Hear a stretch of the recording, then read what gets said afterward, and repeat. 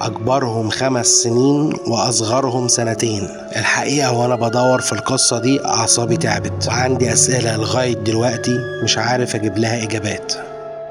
في 2018 شاب مصري نازل الشغل الصبح، وهو ماشي يعدي على 3 أكياس زبالة. الحقيقة ريحتهم كانت بشعة جدا لدرجة انها تخلي الشاب يبقى عنده فضول يعرف ايه اللي جوه الاكياس دي، وفعلا يروح ويفتح. وكانت المفاجأة 3 جثث لأطفال أعمارهم كانت 5 سنين و3 سنين و2 سنين.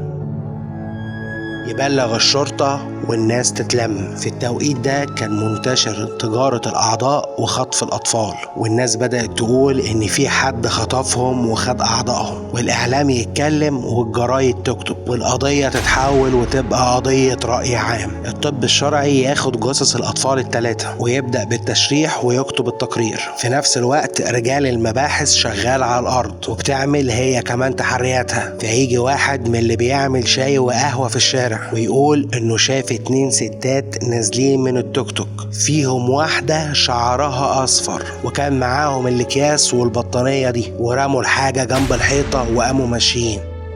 فكانت في واحدة فيهم بشعر أصفر مع عيلة صغيرة، اللي خلاني اتلذذت أكتر. وهم بينزلوا الحاجة جت زي ما تقول بعيد عن السكة كده شوية، راحت نادت عليا تعالي هنا، فأنا خدت بالي ونقلت الناحية التانية، بس يعني ما خدتش ولا عطيت قوي.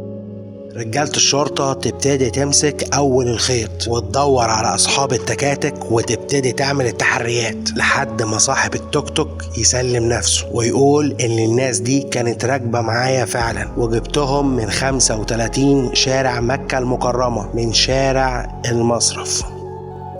ايوه يا فندم، شاورت لي في شارع الصرف عند بيتها كده، قالت لي هتوديني المراتية. قلت لها ماشي، محمله معايا حاجات، وقفتني قدام بيتها، حملت معايا شنطتين تقال كده وسجاده. في نفس الوقت الطب الشرعي يقول ان الاطفال دول ماتوا نتيجة اختناق، والاعضاء اللي مش موجودة دي كانت نتيجة الحرق والتعفن. كده شبهة تجارة الأعضاء تروح وتبقى شبهة جنائية، والطب الشرعي يأكد إن ال3 أطفال دول مش إخوات شققة، مش من نفس الأب. يعني رجالة الشرطة تروح للعنوان اللي سواق التوك توك قال عليه، ويلاقوا فعلا شقة فيها آثار حريق. ياخدوا ال2 ستات ويحققوا معاهم، ونبتدي نعرف ان ام الاطفال دي اسمها اماني وكانت مشهورة بمنى. طب ازاي امهم وهم مش اخوات؟ بس هم كانوا مكتوبين باسم اب واحد. اسمع بقى اللي جاي ده. اماني بتتجوز واحد اسمه حسان، والاتنين كانوا شغالين في مالها ليلي. الحقيقة اماني كانت بتحب تساعد جدا الشباب وضحية قوي، فكانت كل شوية تحمل وتخلف وتروح لحسان يكتب العيال باسمه. المضحك بقى في الموضوع حسان اللي هي متجوزاه رسمي ما تخلفش منه ولا مرة. الواضح انها ما كانتش بتحب تخلف غير في الحرام. ناس كانوا شغالين معايا في المحل وتعرفت عليهم عملنا علاقات مع بعض. في يوم تتعرف على واحدة اسمها سهى وتجيب رجليها في موضوع ترفيه الشباب. هنا بقى سهى تتفوق على أستاذتها أماني وتبتدي تروح بيوت الشباب علشان ترفه عنهم.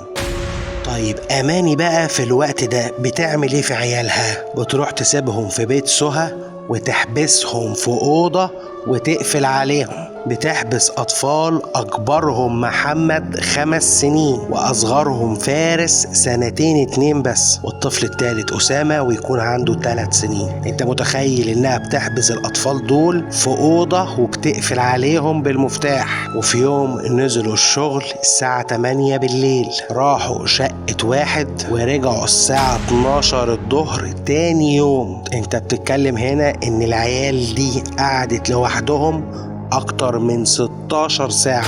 بيحكوا إنهم لما رجعوا فتحوا باب الشقة لقوا الأوضة مش محروقة، متفحمة.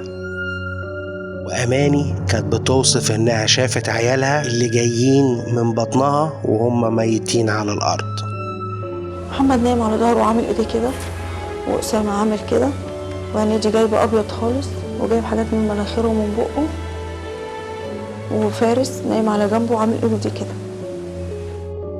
بتقول ان صاحبتها سهى قالت لها احنا هناخدهم ونرميهم في المية، وتنزل فعلا وتدور على تاكسي، بس ما حدش رضى يقف لها. طبعا ربنا كان ليه حكمة في كده. المهم يغيروا الفكرة ويلفوا العيال في بطانية وكياس زبالة، وينزلوا يوقفوا توك توك علشان ياخدهم اي حتة ويتخلصوا من الاطفال، والقصة تنتهي على كده. عندي بقى اكتر من سؤال مش لاقي ليهم اجابة. هم ليه اصلا يرموا الاطفال؟ ما كانوا يبلغوا الشرطة، ولا هم كانوا خايفين من حاجة، ولا ما يكونش هم اللي موتوهم؟ وازاي اطفال يكونوا محبوسين في اوضه معاهم كبريت؟ هل امهم هي اللي اتخلصت منهم ورسمت الفيلم الهندي ده؟ الله اعلم.